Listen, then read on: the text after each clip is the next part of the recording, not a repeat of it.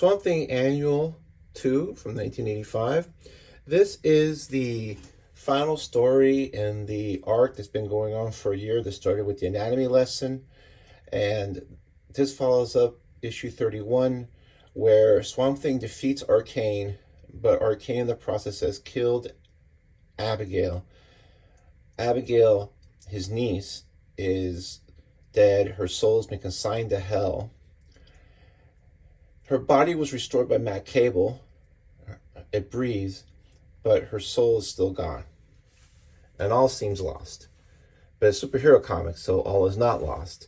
And this is the issue that really begins to introduce Swamp Thing into the DC Supernatural universe, which is going to occupy the overall arcs and story, I would say, for the following 2 years, up until about issue 48, 49.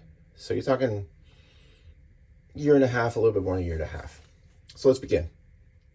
Now, the interesting thing about this issue is that it's not big on action. There's a lot of dialogue. There is a story. It's not boring at all, but it's big on dialogue, and not Brian Bendis dialogue where, 3 pages of conversation is something that could be done in 3 panels with a more skilled writer or somebody who wasn't just trying to pad the book.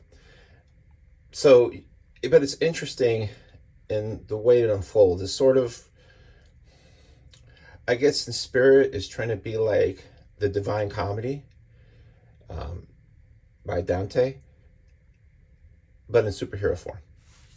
So the issue starts off after the events of 31, where Swamp Thing is saying, he picks a flower, he's saying that he sees Abby, her body breathes, everything is fine, but she's still dead. And for this issue, they busted out the Baxter paper, which I don't mind. I always like the Baxter paper, and over time, the Baxter paper keeps his colors more vibrant.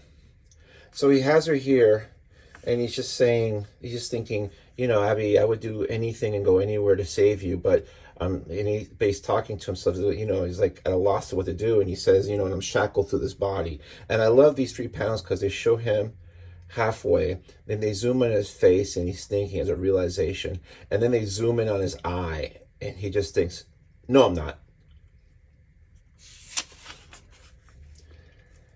And then he hatches a plan where maybe if he lets his, I don't know if the word soul is right, but his being slip into the green like he's done before, sort of almost like an astral projection, maybe he can go into the land of, maybe he can find her soul somewhere.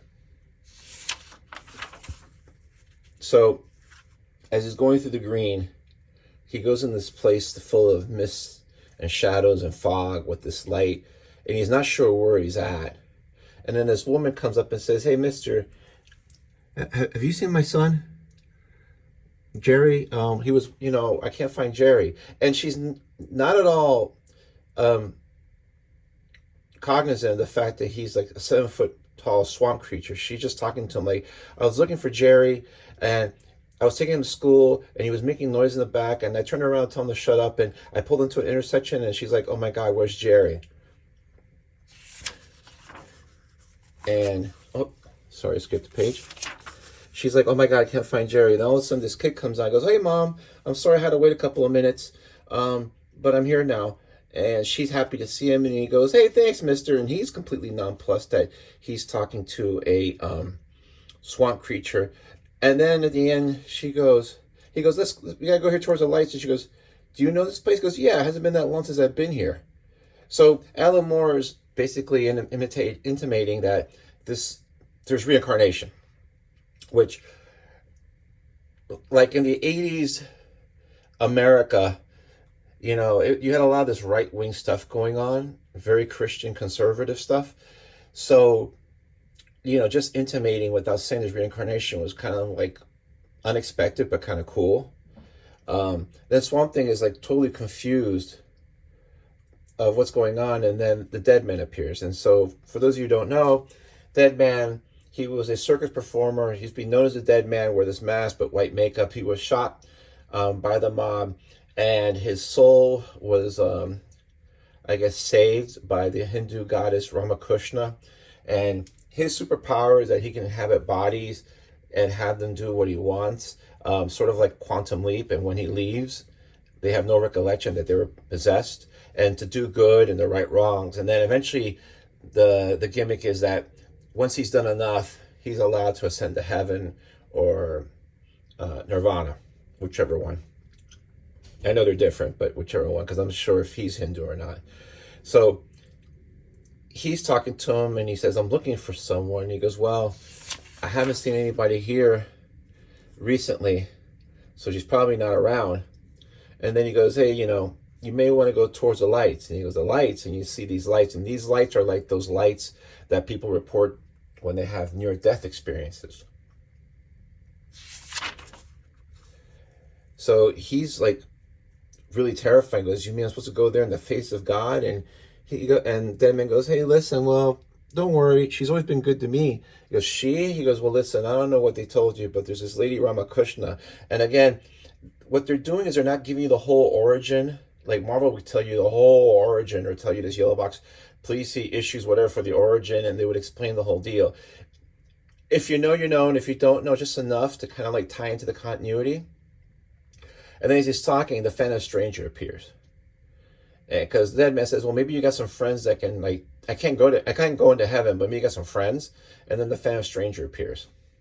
And Phantom Stranger has always been my favorite DC supernatural character.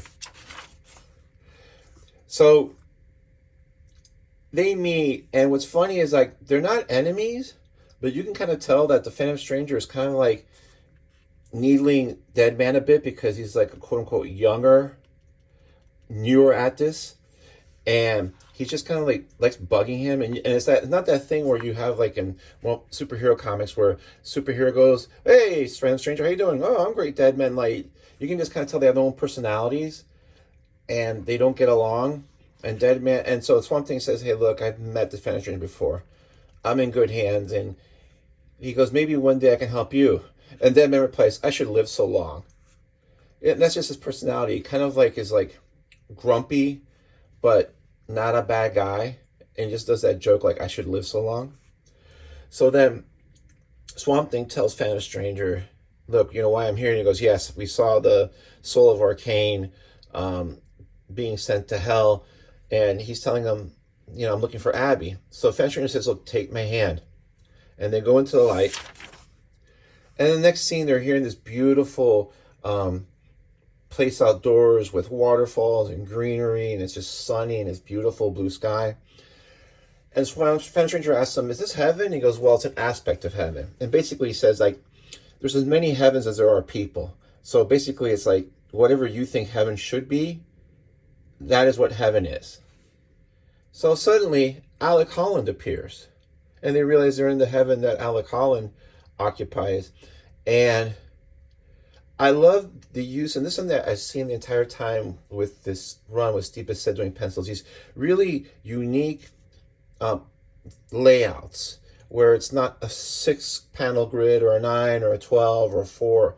It's whatever he thinks fits the needs of the book. And I love how you have these 3 panels here, and then here you have, I think there's a trapezoid.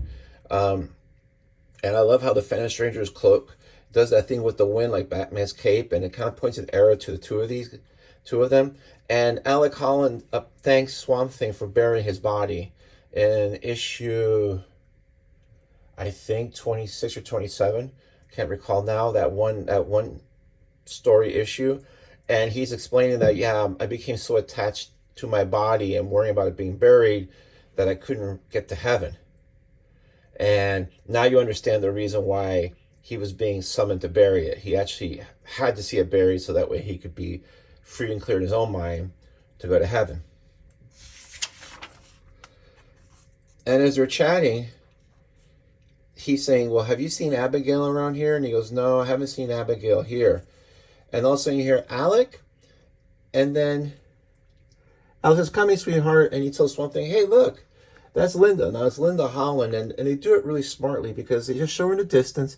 They show this female with red hair and that old style haircut, and it's Linda Holland. And instead of doing this whole thing like they're all being chummy with each other, You just focus on Swamp Thing's eye, and her silhouette is here inside his pupil. And he says, "No, I don't think so. We have to go." But the way he says it, and with this eye focusing on her, you can tell that even though he knows he's not Alec Holland, he's in love with Abby. He understands that Linda is Alec's wife. Like, that memory of Linda is still kind of strong to him, and he just doesn't want to deal with it. It's like still very painful, but it's just done in one panel just to project that feeling of, I'm not ready to see her. It's too painful. It's just really well done. I mean, you communicate so much with a panel and a little bit of dialogue. And so they go on their way. So the fan stranger, so they say, look, she's not here. So the fan stranger says, well, then she's probably in hell, like Anton Arcane said. He wasn't lying. And he's like, okay, but he says, we need to ask permission. So they go into this place, and as they're walking, it gets darker and darker. And it gets darker and gets black. And then he sees this white line open. If something goes, hey, what's this? And he goes, oh, can't you tell? He's opening his eyes. And then here we introduce the Spectre into this story. And I love how this is done with just one panel, just showing his head and all this like energy and stuff going on. Just a really beautiful job of coloring. And just for you know, the Spectre was a police officer named Jim Corrigan who was shot and killed, but he was brought back to life by, I'm going to say God, but I think it was something else in the comics, supposed to be God, and he became the Spirit of Vengeance in the DC Universe. The Marvel Universe Spirit of Vengeance is a skeleton with a flaming skull riding a motorcycle, and DC is this dude with white skin and wearing like a green cape and hoodie. So the Phantom Stranger says, look, we're looking for a woman. She was consigned to hell unjustly by someone, and we want permission to go to hell to get her soul back so she can be among the living again on Earth. And he's like, have you seen her? And the Spectre says, well, yeah, I've seen her. She's in hell, and that's where she's got to stay. And then the Swamp Thing just stay, and he grits his teeth, and he screams no, and you never really see the Phantom Stranger without his hat, but because he reaches over, lunges to pull back Swamp Thing, his hat comes off, and he's like telling him in non-superhero dialogue, dude, you can't fight this guy, all right? And so the Phantom Stranger decides to petition. And this is really so unlike superhero comics because, especially in this day, especially with the Claremont X-Men, they would disagree on something. You saw this. It happened. This was in Civil War. This is in the Winter Soldier movie. Superheroes disagree on something. They're opposed to something, but they can't figure out a way to make it work. So they have to fight. They have an excuse to fight. Now here, a Phantom Stranger saying, "Look, we can't fight this guy. So I have to talk to him." So the Phantom Stranger says, "Look, she was sent unjustly to hell. If you go to hell without it being justified, then what's the point of hell?" So then the Spectre replies, well, if you can just die and then be brought back to life, then what's the point of life? So, so he goes, you can't just be brought back if you're dead. Once you're dead, you're dead. And then the Phantom Stranger replies, what if Jim Corrigan? And the Spectre thinks about it, and then the Spectre just starts laughing, and he tells Phantom Stranger, man, of everybody I've ever met, you are always my favorite. You may pass. So basically, the Spectre said, well, once you're dead, you're dead. You can't come back. And he's like, well, what about you? And he basically yeah, you got me. So at the end, Swamp Thing goes, who is Jim Corrigan? And he goes, he was, while he lived. So as they're walking, getting closer to hell, everything's creepier. You have these bugs. It gets more menacing looking, more kind of very creepy. And then here they are at the gates of hell. And Swamp Thing says, this hell? And he goes, oh, yes. And he tells Swamp Thing, listen, I can't go in with you because when you go into hell, you have to go by yourself. or else it really wouldn't be hell. And then he tells them, listen, basically, this place is full of the most vile, evil, despicable creatures you'll ever encounter in your life. Are you still sure you want to go? And he goes, I am. And I want to take a moment, just the coloring here by Tajana Wood is just outstanding. It's just adds so much to the creepy, menacing atmosphere that we've had so far in this run. And all these beautiful different shades of green. And without her in these colors, this series would just not look as good. It's just really fine, consistent work. And again, here we have those unique panels. And as they're there talking, the demon Etrigan appears. And I just love how you have these unique panels that go this way, and then you focus really tight in his face with this beautiful, weird kind of yellow. The red eyes, a little bit of the orange here. Just superb coloring job. And so Fan of Stranger is dismissive of a demon. He's like, oh, yes, I've heard of you. The demon that fancies himself half a man. And then the demon, his personality is not to take any crap. So he says, he responds with a Shakespearean quote. And he says, oh, the kettle. Oh, kettle, thou art black, the pot exclaims. So he's basically saying, wait a minute, you're calling me a demon who fancies himself half a man? It's like, oh, please, like, look in the mirror. And he just starts needling him. And then you have this, and I love this other close-up where the Fan of Stranger, it's like this half-lit drawing of his face, and he's gritting his teeth, and he's just saying, your words fail to entertain me. Like, you can tell that he's pissing the Fan of Stranger off, and because he's getting kind of close to home, kind of like giving him a taste of his own medicine. And the Fan of Strange, and the Swamp Thing says, basically, hey, listen, I've dealt with him before. I'm okay. So, as they're going to go off, the demon's like, okay, I'll take you into hell. The Fan of Stranger goes, wait a minute, you can't go in together. The rules. And the demon replies, well, what about the rules? What if I break the rules and I get punished? What are they going to do? Maybe send me to hell? And he's laughing because he is a demon. He's already been sent to hell. So it's like, what worse can they do to me? I'm sorry.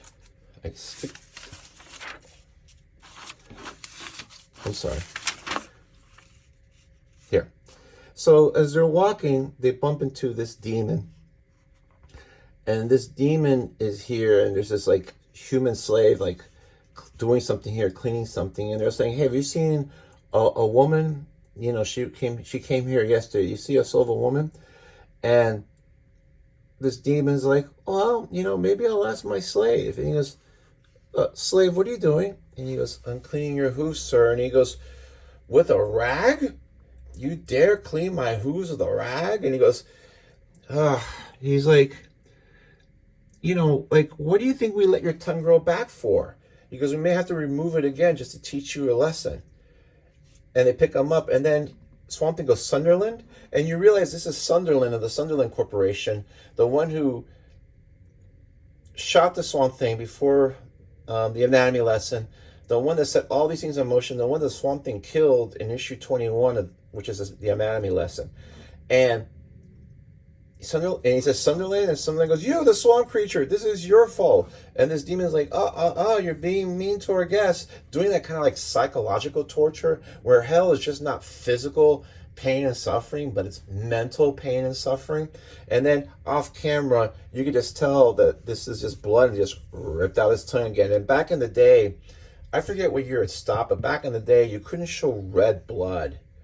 It was always human blood was always drawn as black.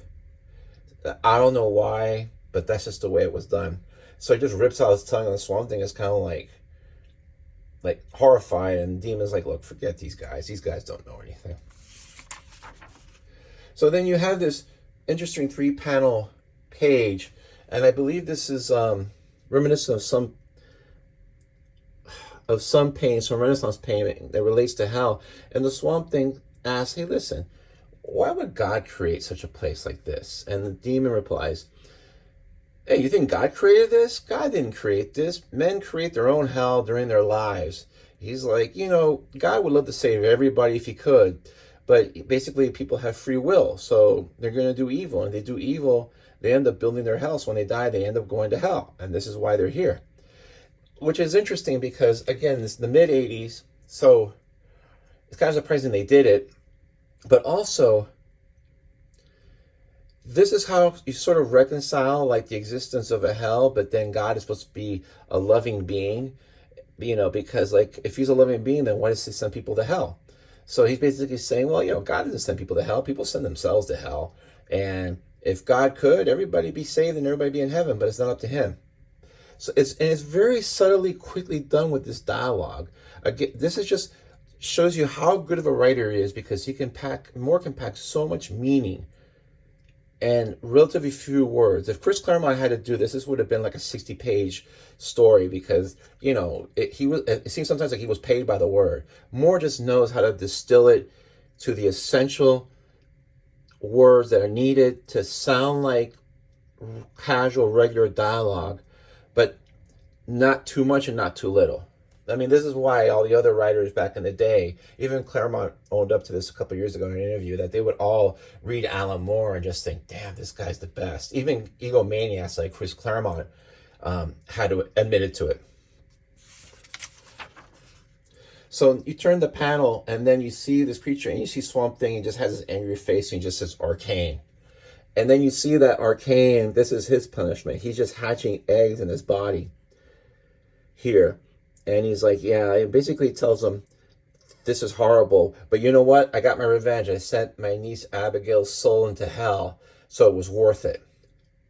So the demon and Swamp Thing just walk away, and as they're walking away, Arcane asks him, wait, how many years have I been here? And he replies, since yesterday.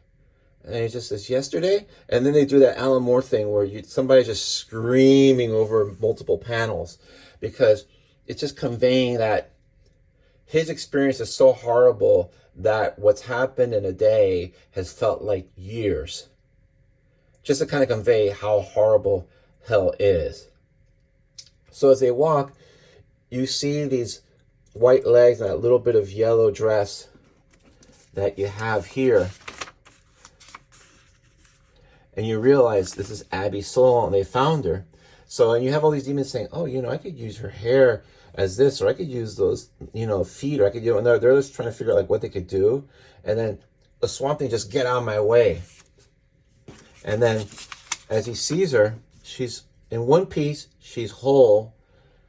And all these demons are like saying, well, we could do this. And this one guy, and the Swamp Thing is like picking her up, and he's like, hey, like, wait your turn. And the Swamp Thing gets pissed. He goes, you've done enough. And he just smashes this guy's face in. And the demon's like, are you crazy, man? You want to fight all of hell? Pick her up and let's get out of here. So they're running, and these demons are pissed and they're chasing him. So the demon uses his hellfire. That's like his one cool superpower to kind of burn a bunch of them. And then you see them running here. A nice use of silhouette here just to kind of show they're running. And then all of a sudden you see Arcane goes, no. This is basically, this is the only reason that's worth being in hell. Seeing Abigail's soul here too. He's like, you're not going to take away that from me. So all of a sudden, like, his head starts just moving down this pile of eggs. And they're running, they're being chased. And then the demon's about to open a portal so these two can get out. And he's just doing it. Arcane's head pops up and just chomps on Swamp Thing's leg. And he won't let go because he doesn't want him to leave hell. And I love this one panel to kind of show like how crazy he is, because Arcane just says, it's basically one word: I hate you, die, scum, kill you, murder, eat your brains, hate, tear your heart out. You, dead, dead, dead. And then the demon just kicks his head like a football and just sends him on his way. And then they go through the portal. The demon just says, look, don't worry about me. I'll take care of myself. They go through the portal. They fall. And next panel, Swamp Thing comes back in his own body. He gets up. He looks at Abby. And then Abby wakes up and says, Alec? And she's like, oh my God, it's freezing. What are we doing out here in the snow? Alec, what's going on? And then they do this beautiful end to the story where he's looking at her and you see from a distance. And I love the framing they do with the trees here. And this is something you do in photography, where sometimes if you're outside, you look for either buildings or walls or trees or brush to kind of like frame the subject so you put more attention to them. So here they're framed by these trees and this brush over here and here with this water, and you don't even see his face, and she says, Alec,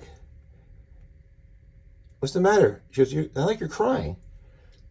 And he's crying because he's so happy, because his crazy ass idea of going somewhere into the afterlife to try to find her soul so it can be brought back and reunited to her body actually worked. And he's happy because the love of his life has been saved. He saved her. She has no recollection of what happened. And you don't even need to see his face with the tear. You just can imagine and fill that blank in your own mind. And again, these colors are just gorgeous, and it's like later in the day, so you can tell this is taking like a day or so. And that's the end of this story arc. This is really the introduction. This is sort of like you're closing the Arcane chapter. Arcane does not come back under Alan Moore's run. I think he comes back later on. It closes this arc, but it also introduces the Swamp Thing to the superhero universe. I mean, you had the Demon before, but now the Swamp Thing is involved. The Spectre is involved. You're going to see others. Supernatural heroes in DC Universe. You're going to see the introduction of John Constantine, the Hellblazer, in a few issues. You're going to be seeing Cain and Abel from the House of Mystery and other stories like that. So they're really going to start getting into this with the supernatural superhero universe, and it's going to be more of a horror comic. But it all fits in. It's all something that Alan Moore slowly builds. These comics are just great. The art is great. The unique panels are great. The non-traditional kind of panels. This thing that Tsipa does, where he'll do like 3 panels in a row and then one big panel here, but it's really like one panel. This is like inserted almost. These dramatic close-ups, especially on the eyes. That's something that he's really good. He does a lot. The coloring is outstanding. And as I said, this issue is really mostly talking. There's not a lot of action, but there's a lot conveyed and a lot resolved and set up. This emotional scene where just in one panel, just the way he says in the scene, looking at her, you can just tell like seeing Linda is too close emotionally for him. Then you have these rules where like, oh, well, if you're going to go to hell, you got to ask for permission. And you have to basically petition, which they did. And the Phantom Stranger were actually able to petition the Spectre and win that argument. Great use of color, as I said earlier. And just how I like this because it looks really menacing and foreboding, but it's shrouded in mists and fog, and so there's a lot of like what your mind can fill in the blanks as far as what's really there. And then their reappearance, of Demon Etrigan. I like, again, how all these supernatural heroes don't necessarily immediately like each other, and they all have their own little different personalities. None are super virtuous, because here the Phantom Stranger seems to like needling all these other characters, but he seemed like he can dish it out, but he couldn't really take it. And the Demon is just shown as a guy who just works outside the rules. Hell is shown to be hell. They have a discussion on the nature of heaven and hell and why hell exists, if God exists. Really cements the evil of Arcane, how warped he is, that the only thing that is worth it for being in hell is making sure that he sent his niece's soul into hell too. And then at the end, they save her. So you have your nice superhero ending. Like I said, this is the end of that long storyline. You're going to have a fill-in issue coming up with environmental message. Then you're going to have more mysteries unlocked as to how the Swamp Things become more powerful. And then you're going to have the real jumping into the supernatural realm. It's good stuff. Anyway, I hope you enjoyed this. Took a little longer, but it took a little longer because there's a lot here to chew on. Thanks.